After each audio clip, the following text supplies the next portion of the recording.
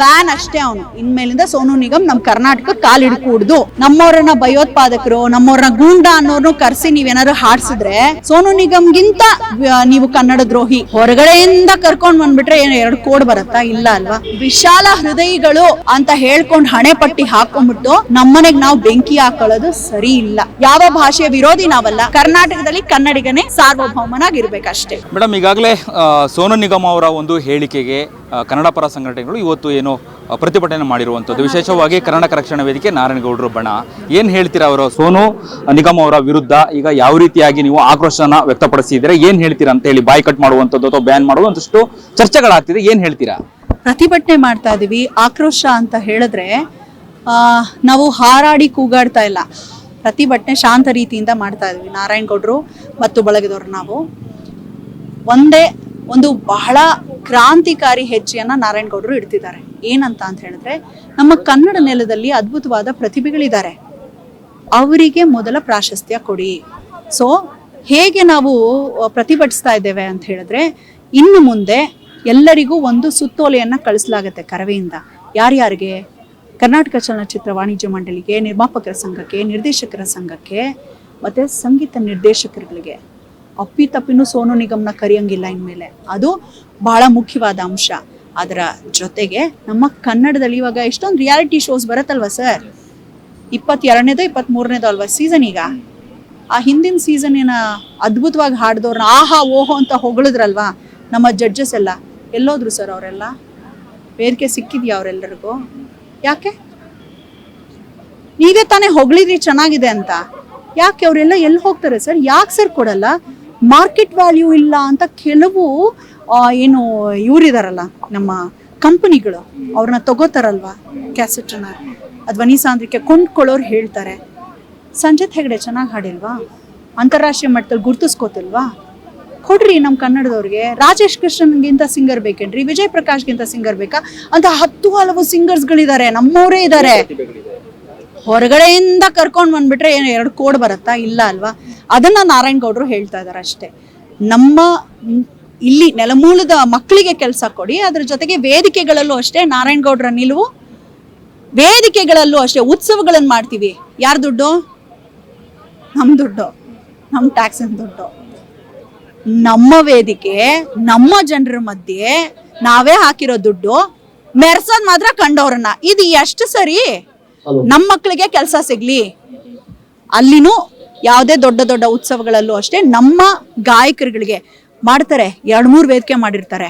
ಖಾಲಿ ಪೀಲಿ ವೇದಿಕೆ ನಮ್ಮವ್ರಿಗಂತೆ, ದೊಡ್ಡ ದೊಡ್ಡ ವೇದಿಕೆ ಪಕ್ಕದವ್ರಿಗಂತೆ. ಆಯ್ತಪ್ಪ ಕೊಡಿ, ಕಲೆಗೆ ಯಾವುದೇ ಗಡಿ ಇಲ್ಲ. ಆದ್ರೆ ನಿಮ್ಮ ಗಮನಕ್ಕೆ ನಾನ್ ಕೇಳೋದು, ಎಲ್ಲಾ ಕಡೆ ಅದೇ ತರ ಇರ್ಬೇಕಲ್ವಾ?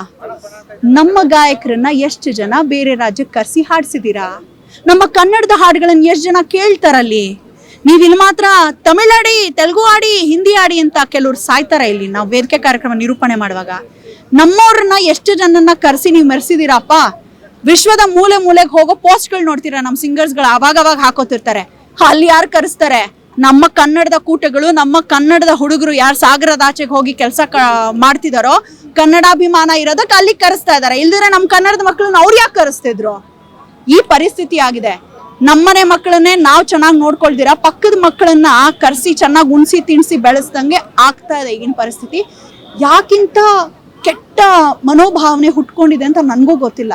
ನಮ್ಮ ಕನ್ನಡದವ್ರಿಗೆ ಯಾಕೆ ಇಷ್ಟು ನಿರಭಿಮಾನ? ಎಲ್ಲರಿಗೂ ಹೇಳ್ತಾರ ನಾನು, ವಿಶಾಲ ಹೃದಯಿಗಳು ಅಂತ ಹೇಳ್ಕೊಂಡು ಹಣೆ ಪಟ್ಟಿ ಹಾಕೊಂಡ್ಬಿಟ್ಟು ನಮ್ಮನೆಗೆ ನಾವು ಬೆಂಕಿ ಹಾಕೊಳ್ಳೋದು ಸರಿ ಇಲ್ಲ. ಸೊ ಹಾಗಾಗಿ ಇಂದಾದರೂ ಎಚ್ಚೆತ್ಕೊಳ್ಳೋಣ, ಇನ್ನಾದರೂ ಎಚ್ಚೆತ್ಕೊಳ್ಳೋಣ. ಈಗ ಕುತ್ತಿಗೆವರೆಗೂ ಬಂದಿದೆ ಸರ್, ಮೂಗನ್ ಏರಿದ್ರೆ ಮುಗೀತು ಕತೆ. ಸೊ ಈಗಲೇ ಸರಿಪಡಿಸ್ಕೊಂಡ್ರೆ ಒಳ್ಳೇದು. ಒಂದು ಜಾಗೃತಿ ಮೂಡಬೇಕಾಗಿದೆ. ಪ್ರತಿಯೊಬ್ಬರು ಹೋದ ಕಡೆಲೆಲ್ಲ ಕನ್ನಡದ ದನಿ ನೀವಾಗಬೇಕು. ಏನೋ ಒಂದು ಪ್ರಾಬ್ಲಮ್ ಆಗಿದೆ ಅಂದಾಗ, ಕನ್ನಡ ಹೋರಾಟಗಾರರ ಏನ್ರಿ ಮಾಡ್ತಿದ್ದೀರಾ ಅಂತ ಕೆಲವ್ರು ಪೋಸ್ಟ್ ಹಾಕ್ತಾರೆ. ನಿಮ್ಗೇನು ಯೋಗ್ಯತೆ ಇಲ್ವಾ? ನೀವೇನು ಕನ್ನಡಿಗರೇ ತಾನೆ? ನಿಮ್ಮೆಲ್ಲರ ಆದ್ಯ ಕರ್ತವ್ಯ ಮಾಧ್ಯಮ ಹೇಗೆ ದನಿ ಏರ್ಸೋತೋ ನಿಮ್ಮೆಲ್ಲರ ಕೈಯಲ್ಲಿ ಮೊಬೈಲ್ ಫೋನ್ಸ್ ಇದೆಯಲ್ವಾ, ಏರಿಸ್ಬೇಕು ದನಿನ. ಈಗ ಬರ್ತಿರೋ ಅಂತ ಹಾಡು ನನ್ನ ತಂದೆ ಇದ್ದೆ, ಅವರು ಒಂದ್ ಕಡೆ ಬರೀತಾರೆ, ಎಚ್ಚರಾಗು ಕನ್ನಡಿಗ ಎಚ್ಚರಾಗು ಆಲೂರ್ ನಾಗಪ್ಪ ಅಂತ, ಮರೆಯಬೇಡವೋ ನಮ್ಮ ಕನ್ನಡ ನುಡಿಯ, ತೊರೆಯಬೇಡವೋ ನಮ್ಮ ಕನ್ನಡ ನಾಡ ಅಂತ. ತಮಿಳುನಾಡಿನಲ್ಲಿರುವುದು ತಮಿಳು ಭಾಷೆಯೋ, ಮಹಾರಾಷ್ಟ್ರದಲ್ಲಿ ನೋಡು ಮರಾಠಿಯೋ, ಕೇರಳದಲ್ಲಿ ಮಾತೃಭಾಷೆ ಮಲಯಾಳವೋ, ಆಂಧ್ರದಲ್ಲಿ ನೆಲೆಸಿರುವುದು ತೆಲುಗು ಭಾಷೆಯೋ, ಅವರವರ ನಾಡಿನಲ್ಲಿ ಅವರ ಭಾಷೆಯೋ, ನಮ್ಮ ನಾಡಿನಲ್ಲಿ ಯಾಕೋ ಇಂಥ ಮೋಸವು. ಎಚ್ಚರಾಗು ಕನ್ನಡಿಗ ಅಂತ ನಮ್ಮ ತಂದೆ ಒಂದು ಎಚ್ಚರಾಗು ಕನ್ನಡಿಗ ಅನ್ನೋ ಕ್ಯಾಸೆಟಲ್ಲಿ ಹಾಡನ್ನು ಬರೆದು ಹಾಡಿದ್ರು. ಈ ಪರಿಸ್ಥಿತಿ ಈಗಲೂ ಅವ್ರು 25 ವರ್ಷಕ್ಕಿಂತ ಜಾಸ್ತಿ ಆಗಿದೆ ಬರೆದು, ಈಗಲೂ ಅದೇ ಕಥೆಯೇ. ಯಾಕೆ ಹಾಗೆ? ಅವ್ರಿಗೆ ಬೇಜಾರಾಗ್ಬಿಡುತ್ತೆ ಅಂತ ನಮಗೆ ಒಂದ್ ರೀತಿ ನಮಗ್ ನಾವೇ ತೊಂದರೆ ಮಾಡ್ಕೊಳ್ಳೋದಾ? ಅದು ಮಾಡೋದು ಬೇಡ. ಎಲ್ಲೇ ಹೋಗ್ಲಿ ಕನ್ನಡದಲ್ಲಿ ಮಾತಾಡಿ. ಯಾವುದೇ ಮಾಲ್ಗೆ ಹೋಗಿ, ಯಾವನೇ ಸೆಕ್ಯೂರಿಟಿ ಅವನಿರ್ಲಿ, ಕನ್ನಡ ಮಾತಾಡಿ. ಅವನಿಗೆ ಅವಾಗ ಕಲಿಬೇಕು ಅನ್ನೋ ಭಾವನೆ ಬರುತ್ತೆ. ಬೇರೆಯವ್ರು ಬಂದು ನಮ್ಮ ರಾಜ್ಯದಲ್ಲಿರೋ ನಮಗ್ ಬೇಜಾರಿಲ್ಲ. ಯಾವ ಭಾಷೆಯ ವಿರೋಧಿ ನಾವಲ್ಲ. ನಮ್ಮ ರಾಜ್ಯದಲ್ಲಿ ನಮ್ಮ ಭಾಷೆ ಮೆರಿಬೇಕು. ಕರ್ನಾಟಕದಲ್ಲಿ ಕನ್ನಡಿಗನೇ ಸಾರ್ವಭೌಮನಾಗಿರ್ಬೇಕಷ್ಟೇ. ಸೋನು ನಿಗಮ್ ಅವರ ಈ ಒಂದು ಸ್ಟೇಟ್ಮೆಂಟ್ ಕನ್ನಡ ಚಿತ್ರರಂಗಕ್ಕೆ ಪಾಠ ಆಗತ್ತಾ ಮುಂದಿನ ದಿನಗಳಲ್ಲಿ ಅನ್ನುವಂಥದ್ದು? ಪಾಠ ಅಲ್ಲ ಸರ್, ನಾವು ಯಾರಿಗೂ ಇಲ್ಲಿ ಪಾಠ ಮಾಡಕ್ ಬರ್ತಿಲ್ಲ, ಒಂದು ಮನವರಿಕೆ ಮಾಡ್ಕೊಡಕ್ ಬರ್ತಿದೀವಿ. ನಮ್ಮವ್ರನ್ನ ಭಯೋತ್ಪಾದಕರು, ನಮ್ಮವ್ರನ್ನ ಗೂಂಡ ಅನ್ನೋರ್ನು ಕರೆಸಿ ನೀವೇನಾದ್ರು ಹಾಡ್ಸಿದ್ರೆ ನಿಮ್ಗಿಂತ ಸೋನು ನಿಗಮ್ಗಿಂತ ನೀವು ಕನ್ನಡ ದ್ರೋಹಿ ಅನ್ನೋದನ್ನಷ್ಟೇ ನಾವು ಸೂಚಿಸ್ತಾ ಇದೀವಿ. ಮತ್ತಿನ್ನೇನು ಇಲ್ಲ. ಸೂಚಿಸ್ಬಿಟ್ಟು ಸುಮ್ಮನೆ ಬಿಡ್ತಿಲ್ಲ. ಹಾಡ್ಸಿದ್ರೆ, ನಾರಾಯಣ್ ಗೌಡ್ರು ಹೇಳಿರೋದು, ಹಾಡಿಸಿ ಏನಾದ್ರೂ ನೀವು ಅದನ್ನ ಪ್ರಸಾರ ಮಾಡಿದ್ರೆ ಧ್ವಂಸ ಮಾಡ್ತೀವಿ ಆ ಜಾಗವನ್ನು ಕೂಡ. ನೀವು ಯಾವುದೇ ಚಿತ್ರಮಂದಿರದಲ್ಲಿ ಮಾಡಿದ್ರು ಅದಕ್ಕೊಂದು ಗತಿ ಕಾಣಿಸ್ತೀವಿ ಅಂತ ಕೂಡ ಎಚ್ಚರಿಕೆ ಕೊಟ್ಟಿದ್ದಾರೆ. ಇಲ್ಲಿ ಮನವರಿಕೆ ಎಲ್ಲ ಮಾಡ್ಕೊಂಡ್ರೆ ಕಷ್ಟ ಇದೆ ಲೈಫಲ್ಲಿ. ಪಾಠ ಯಾರಿಗೂ ಮಾಡಕ್ ಹೋಗ್ತಿಲ್ಲ, ಹೇಳ್ತಾ ಇದೀವಿ. ಕರಿ ಕೂಡ್ದು ಬ್ಯಾನ್ ಅಷ್ಟೇ ಅವನು. ಇನ್ಮೇಲಿಂದ ಸೋನು ನಿಗಮ್ ನಮ್ ಕರ್ನಾಟಕ ಕಾಲಿಡ್ಕೂಡ್ದು. ನಿಮಗ್ ಗೊತ್ತಾ, ರೆಕಾರ್ಡಿಂಗ್ಸ್ಗೆಲ್ಲ ಸೋನು ನಿಗಮ್ ಏನ್ ಬೆಂಗಳೂರಿಗೆ ಬಂದು ಹಾಡಲ್ಲ ಗುರು. ಇವರೇ ನಿರ್ದೇಶಕರು, ನಿರ್ಮಾಪಕರು, ಸಂಗೀತ ನಿರ್ದೇಶಕರು ಹೋಗಿ ಟ್ರ್ಯಾಕ್ ಎತ್ಕೊಂಡು ಹೋಗಿ ಅವರ ಸ್ಟುಡಿಯೋನಲ್ಲೇ ಹಾಡಿಸ್ಕೊಂಡು ಕರ್ಕೊಂಡ್ಬರ್ಬೇಕು. ಲಕ್ಷಾಂತರ ರೂಪಾಯಿ ಕೊಟ್ಟು ಹಾಡಿಸಿ ಆ ಒಂದು ಟ್ರ್ಯಾಕ್ ಇಲ್ಲಿ ತಗೊಂಡ್ಬರ್ಬೇಕು ಅವರು. ಇದು ಯಾವ ಹಣೆ ಬರ? ಇಲ್ಲಿ ನಮ್ಮ ಸ್ಟುಡಿಯೋಗೂನು ಕಾಸು ಬರಲ್ಲ, ಸ್ಟುಡಿಯೋನಲ್ಲ ಒಬ್ಬ ಆಪರೇಟರ್ಗೂ ಕಾಸು ಸಿಗಲ್ಲ. ಎಲ್ಲಾನು ಅವ್ನು ಹಾಡ್ತಾನೆ ಅಂದ್ರೆ ಸಂಪೂರ್ಣ ದುಡ್ಡು ಅವನಿಗೆ ಹೋಗುತ್ತೆ, ಅವನ ರಾಜ್ಯದವ್ರಿಗೆ ಹೋಗುತ್ತೆ. ನಮ್ಮ ಮಕ್ಳು ಬೆಳಿಬಾರ್ದಾ? ಬಡವ್ರ ಮಕ್ಳು ಬೆಳೀರಪ್ಪ ಅಂತ ಒಂದು ಟ್ರೆಂಡ್ ಆಗಿತ್ತಲ್ಲ. ಕನ್ನಡಿಗರ ಮಕ್ಳು ಉದ್ಧಾರ ಆಗ್ಲಪ್ಪ ಇನ್ನಾದ್ರೂ ಅನ್ನೋದೊಂದು ಟ್ರೆಂಡ್ ಸ್ಟಾರ್ಟ್ ಆಗ್ಬೇಕು. ಅದಕ್ಕೆ ರಕ್ಷಣಾ ವೇದಿಕೆ ಒಂದು ಒಳ್ಳೆ ಹೆಜ್ಜೆ ಇಟ್ಟಿದೆ. ನೀವೆಲ್ಲರೂ ಜೊತೆ ನಿಲ್ಬೇಕು.